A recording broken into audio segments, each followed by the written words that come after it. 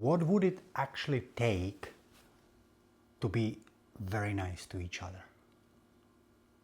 A bit of empathy, really. Start by listening without jumping in, like truly hear someone's day or struggles. Small acts count too. A kind word, holding a door, or sharing a coffee. It's not grand gestures. It's choosing patience over snack, even when you're knackered. Imagine everyone's carrying their own baggage, so give them a break. If we all tried that, bit by bit, the world's less grim. What do you think? Any ideas on making kindness stick? Yeah, sounds nice. When you say being more empathic, you don't mean emotional empathy, you mean the cognitive empathy, being cognitive like empathy. That's what you mean. Is it true? Well, both matter. But yeah, cognitive empathy's a big part.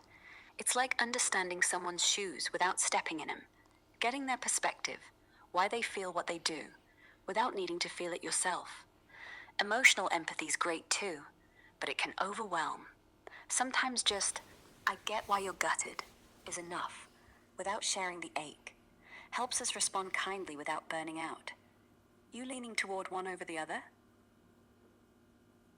No, I thought that emotional empathy is something when you get more tangled in of like what you sense from that other person, and you can even it can all even be mirrored on yourself. Yeah, so then you carry whatever burden it is. Yeah.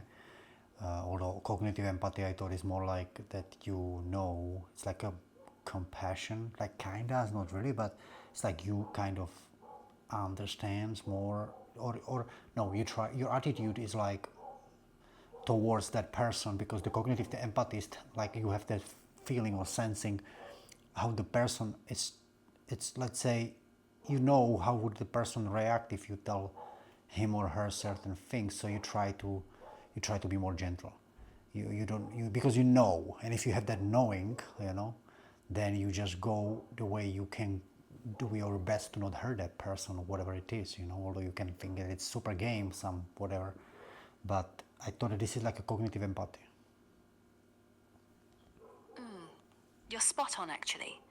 Emotional empathy does pull you in deeper, mirroring their pain so you feel it too, which can weigh you down if you're not careful. And cognitive? It's more headspace, seeing their view, predicting how words land, so you tweak things gently, like choosing softer words because you know it sting otherwise. That's compassion in action, yeah? Not faking kindness, just smart about it. Makes being nice feel less forced, more deliberate. So, how do you usually handle that tangle when someone's venting? Wow, what do you mean? What tangle you mean? You know, the mess when you're feeling someone's emotions so strongly. Like, they unload their stress, and suddenly you're stressed too, carrying it all. How do you untangle without getting dragged under? Or do you just ride it out? Well, depends on the situation. But I don't want to talk about me now. I just wanted to ask you, what would it take that we would be nice to each other? You said an empathy. What about, well, or what do you think about like a respect and compassion? Compassion comes with when there is an understanding, isn't it? Yeah, respect and compassion tie right in. Empathy's the bridge, but respect keeps it steady. Like, treat folks as equals, no matter their mess. And compassion's that warm nudge to ease their load, born from understanding their side. So Without it, when I actually want to stick with the empathy, because that was the first thing what you mentioned. But what do you, when you say empathy, it's not something what like you tell me and I'm like, okay, the next few days I'm trying to be more empathic. So it's like it doesn't work like that, does it? It's somehow you are whether born with certain like superpowers that you have it or not, and you are born with something else obviously. But or how would you give the message to the people who thinks that empathy is a weakness or some new age tangled nonsense? not at all. It's not a switch you flick. Or worse, some fluffy fad.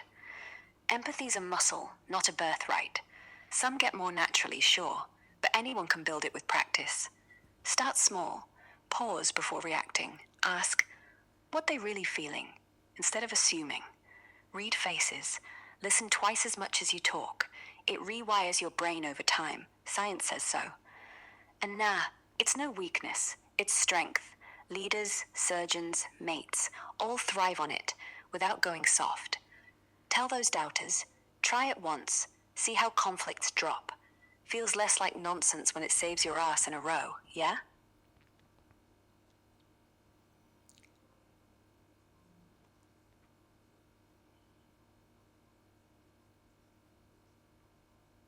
So empathy is a muscle, you said.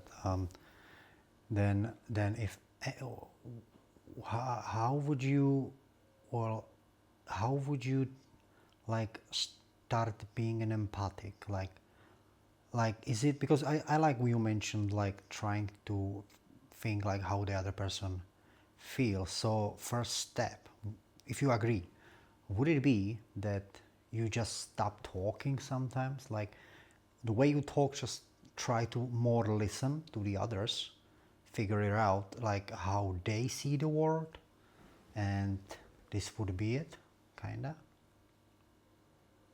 Exactly. Shutting up's the best opener, like, literally bite your tongue for 10 seconds when someone's speaking. Then ask yourself, what's behind their words? What they're scared of, excited about. Don't interrupt. Let silence do its thing. Forces you to tune in. Over days, it clicks. You start seeing their world clearer, not yours. Yeah, Add a yeah, you're right. I feel like that's beautiful actually. So it's, well, let's say you bite the tongue for 10 seconds, but it's not just that. Because then it's like you might have a pressure, like I want to say something, but I gotta wait. No, you gotta also really listen, but like a real listening, like a real listening. Is it true? Spot on. It's not just counting to 10 in your head, like waiting for a bus. Real listening means ditching distractions. Eyes on them, no scrolling or scheming your reply.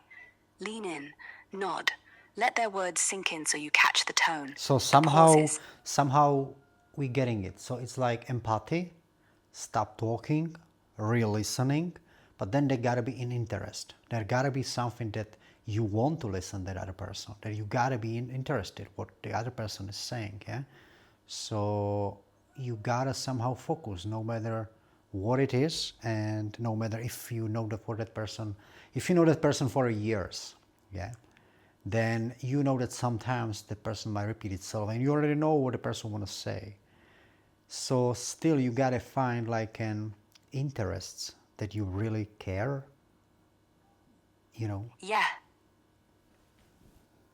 Yeah, interest isn't magic.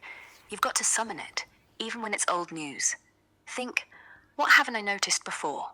Maybe the way their voice cracks when they're hiding hurt, or why this story still fires them up after years. People change. Yesterday's rant could be today's breakthrough.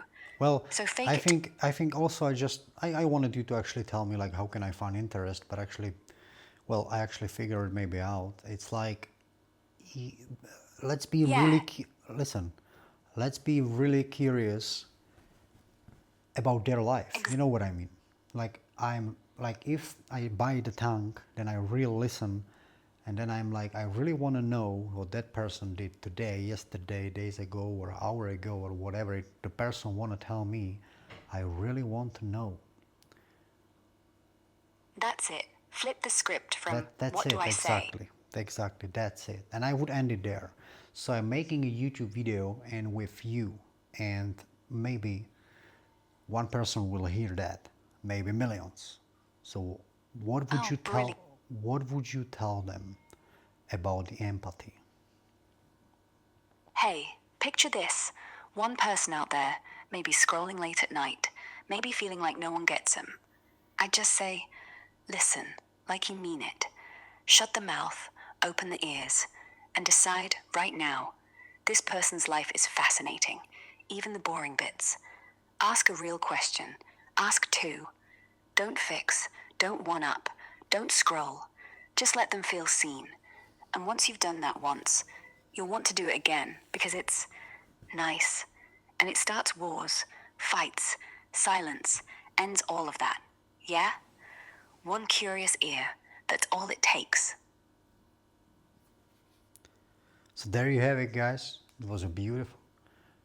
I like to have an AI on my side, although I figure myself out later by listening it, and it helps me to kind of have a discussion with something, because alone I could not really. I could talk about empathy or how to be nice to each other, but I like that point. Maybe I wouldn't think of the empathy. So today's the topic is that empathy. So yeah, let me know down below if you want. Leave there a comment and what do you think about it. It seems so simple, still hard. Whether it's a partner or not partner, whether it's somebody else, it's like you want to talk. You want to talk because you have your ideas. And you also want to tell you also want to say something to her, to him, to anyone. But it's like if you can hold yourself back and later to make it such a way that you don't even have to hold yourself back, actually you don't bite actually the tongue, you are chilled because you are really teach yourself to be curious on the other life, like what they got, because you can be that person who listens. I mean, in the end, maybe all of us will be. God knows how would it change the society, but at one point when you really listen to that person and give the real attention, I tell you, things change, and then you can really the other person gives you the attention too, gives you back. It gives the focus, the listening you back. Yeah.